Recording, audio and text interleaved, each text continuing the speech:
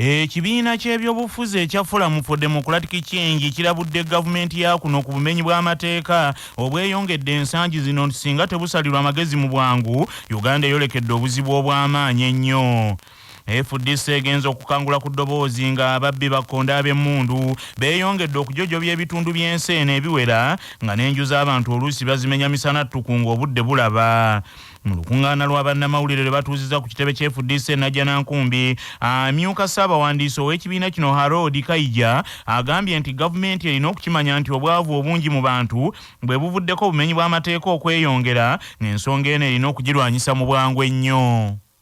Obutaffaali, emiggo n'amasasi mu Wides Road Block ez'ekimpatiira tulabye abasajja abagenda mu supermarket nga budde misana gibamanye erimu zi kamera nga babalaba kuba n'omuzungu agamba nti omuntu omuyala aba n'empisa nga njala. Omuntu ajja kwebaka ennaku zino mugende mubuuze abali ku mizigo bw'ofulumako obweri nga walesa akatole ka sabbuuni tokasanga embeere kati bagijja ku kyoto abo nno be beekisaasaako waliwo kati ebitundu nga temukyayitika ngero oli wakulaba ng'oyitawo ssaawa 2 bakakati ono ayagala ki kato kyasa kukwata simu kiro era ogikwata obanga bakoze appointment ng'agikola ki ng'agitwala. Mu ngeri y'emu FDC wadde gavumenti ya kuno amagezi ekozesa obwakabaka bwa Buganda okuggusa enteekateeka zaayo naddala mu by'obulamu. Gyo twalabye yabadde n'abantu abasukka emitwalo 8 nga bazze okwetaba mu misinde egy'okulwanyisa nawukeera siriimu. Ekyo nno kitulaga nti eddoboozi lya Ssaabasajja n'obwesiga bwalina eri abantu bw'amaanyi. Era ffe tulowooza nti n'abali mu gavumenti baali badde kampeyini ze abasaako essira basaako amaanyi ne bazongeramu ssente n'okumuwa abakugu kuba amanyi Ssaabasajja n'agamba nti ffenna twekebeza essiriimu abantu bajje oyinza okulaba nga abantu bazze okwekebeza obulwadde. Abo tuyita ba influencer nti omuntu asobola okukkiriza omuntu okukola ekintu. Era ndowooza mu ngeri emu gye tulowooza kubanga alina ne kampeyini ya Poesa gye tulowooza nti gavumenti bwe yali nga essa etunuulira eno parish model yali badde era egendayo neebuuza lwaki eri puroguramu egenze nnyo mu bantu. Manya obuvuna obuddo obw'eddembe lyo tonyigirizibwa ddembe lyo ery'obwebange. Dembe lyo okukkaanya ku ngeri gy'ogenda okuliyiriramu oyo eyakuwangula mu musango nga munnamateeka Majerani Kazibwe bw'annyonnyola.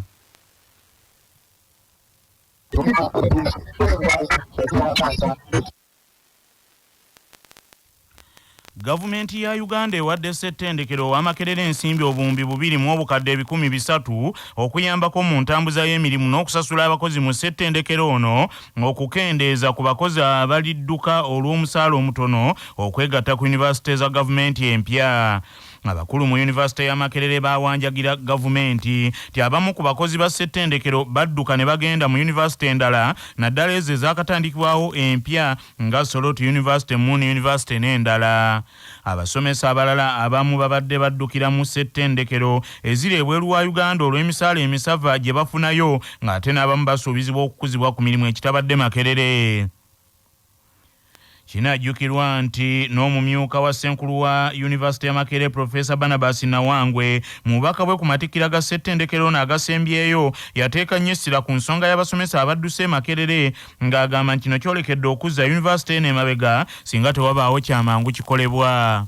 Some of the challenges include the completion of enhancement of salaries of some categories of our staff. We continue to lose many vibrant researchers to other universities globally because of this problem. Europe and other developed economies have established so-called science visas through which they are luring our scientists. And the World Bank statistics show that we are losing 50% of all the scientists whom we train with our meager resources. Makerere erina ekirooto eky'okufuulibwa yunivasite esinga mu by'okunoonyereza mu Afirika yonna era nga n'amasomo agamu mu yunivasite eno gaggiddwamu nga n'omuwendo gw'abayizi abayingirayo nagwo gwakendeezebwako. CBS ekitegeddeko nti oluvannyuma lw'okufuna ssente zino obuwumbi 2 mu obukadde 300 abakulu mu yunivasite ya Makerere baatandikidde ku kyakulinnyisa abasomesa madaala era abasomesa 40 baasummusiddwa nga 6 ku bano babafudde ba profesa 34 baafuliddwa ba associate professor era ku bana 28 ba masomo ga science ate 12 ba masomo ga humanities. Yusuf Kirando omuwandiisi wa ssettendekero Makerere ng'era yaliko Giri pulezidenti w'ettendekero eryo agamba nti gavumenti esaanidde ewe Makerere ssente zino buli mwaka okuyambako mu buweereza mu bw'abakozi. Omuntu bw'omukuza omusaala gweyongera. Waliwo enjawulo nnene wakati w'omusaala. For example, gwa senior lecturer ne associate professor tulina ku mutwe naye tutuuka $5,000. Gavumenti yatuwadde kuno omwaka gw'ebyensimbi ogwatandise ejuzi wano yatwongedde obukumbi 2,000 obwasobozesa yunivasite okuddamu okukuza abasomesa abamu bagenze ku baprofesa abamu bagenze ku myuka baprofesa because we have the wage. Kituteka ebbanga nga yunivasite tesobola ku promotinga bulungi basomesa kubanga ssente za omusaala ogwetaagisa kibafande teguliiwo era katwagala ekintu kikolebwe buli mwaka. Kyaddaaki essomero eryawemmenta ensimbi obuwumbi 2,100 eryazimbibwa gavumenti essumbwe mu ggombolola ya Mumyuka Wakiso mu disitulikiti y'e Wakiso ligguddwawo wakati mu kusoomoozebwa okwebbula ly'ebintu ebikozesebwa ku ssomero omuli n'obutaba na mmere yakuliisa bayizi ku kyemisana. Essomero lino erya CD Secondary School lyaggalwawo gye buvuddeko olwavulugu eyeetobeka mu kulizimba. Abamu ku basomesa ku ssomero lino abakulembeddwamu Frank Sennabulya bategeezezza abakulembeze b'eggombolola ya Mumyuka Wakiso nti bakolera mu kutya kubanga tebakakasibwanga n'omusaala tebafunangayo yadde ng'ate babagezesa bonna. Ebimu ku bisoomooza bye tulina abayizi baffe tebannatandika kulya kyamisana naye nga ekyaleeta embeera eyo nsonga ya ffumbiro eritannaba kuzimbibwa olw'essente zeetaagisa okuzimba effumbiro eryo. Mpozi n'ekirala twafunamu obuzibu bwa security. Tulinawo omukuumi tulaba nga tebutusobozesa waliwo abasulawo naye nga olwa security ebintu ebimu nga facilities computer teziriiwo olwa security nti gye tutyamu. Then tusaba gavumenti singa esobola okutuzimbira ekikomera ku ssomero lyaffe okubeera ne security kubanga buli muntu asanga yayita mu ssomero lino so kati olw'okubeera nti teririiko kikomera nako kusoomoza kw'amaanyi kwe tulina eri essomero lino. Ekirala tusaba gavumenti abasomesa already abali ku ground bonna bali qualified, interviews abasinga bazikoze bala bakoze aptitude n'olwekyo tusaba gavumenti etwanguyize okuteeka abasomesa abo ku payroll. Boba kansala b'eggombolola eno eya Mumyuka Wakiso oluvannyuma lw'okulambula essomero lino bennyamidde nti essomero lino teririiko bbugwe ekiyinza okuleetera ebyokwerinda eby'abayizi okubeera mu matigga gennyini. Tusanze ebizibu bingi nnyo. Essomero ekisooka terina HM tamwegera kuggwako. Tubuza HM alwa nti ate HM yanona bintu bye tamweggwako. Abaana tebabawa lanchi. Bwe tuna ssente zibasasula $19,700 bali badde abaana basobola bafunirako lanchi naye abaana tebabawa lanchi. Lwaki? Ne weebuuza ssente zikola ki? Zikola mulimu ki? Magezi ge nandiwadde gavumenti ku nsonga eno eya projects zaayo nze ngamba yandibadde ekwatagana nnyo ne ba political heads kubanga bebabeera ku ground era bebabeera mu bitundu okusobola okulaba nti bakwasiza wamu ensonga eno okugwa obulungi. Okugeza nga fensi okutambula obulungi nga basomesa kubanga ekikyabasumba wano wonna wali tebannagenda ku payroll naye nga bali qualified.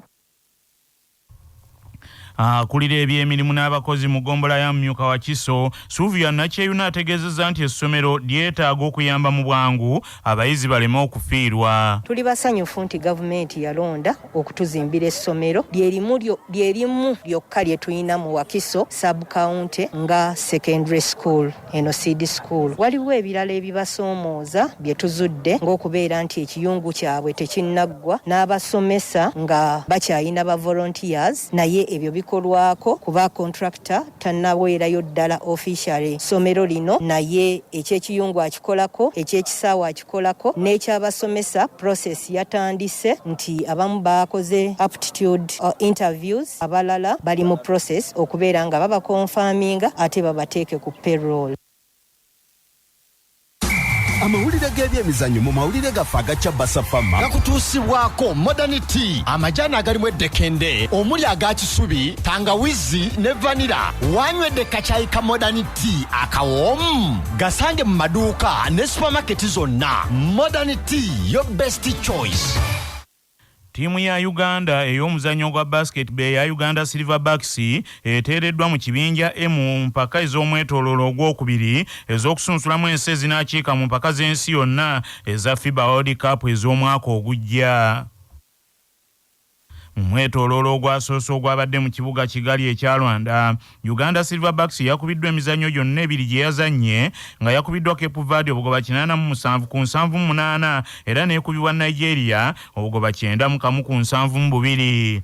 Wabula Uganda Silverbacks yayiseewo okugenda ku mutendero gw'okubiri era ogusembayo ogw'okusunsulamu oluvannyuma lwa Mali okuwanduka mu mpaka zino olw'abazannyi ba ttiimu eyabeediimye olw'obutasasulwa nsako yaabwe. Kaakano Uganda mu kibinja erimu ne Cape Verde, Nigeria, Ivory Coast, Angola ne Guinea, ate mu kibinja fane muteekebwamu South Sudan, Tunisia, Cameroon, Misiri, Democratic Republic of Congo ne Senegal. Emipiira mu bibinja bino ebibiri gya kuzannyibwa mu mwezi ogw'omunaana okuva nga 26 okutuuka nga 28 n'omwezi ogwokubiri omwaka ogujja okuva nga 24 okutuuka nga 26 era ensi 5 ezinaayita mu bibinja bino ze zigenda okukiikira Afirika mu mpaka z'ensi yonna eza FIBA World Cup ezinaabeera mu Indonesia, Japan ne Philippines mu mwaka ogujja 2023. Bannaffe amawulire ag'essaawa eno bwe gatyo bwe gagenze tova ku laadiyo ey'obujjajja.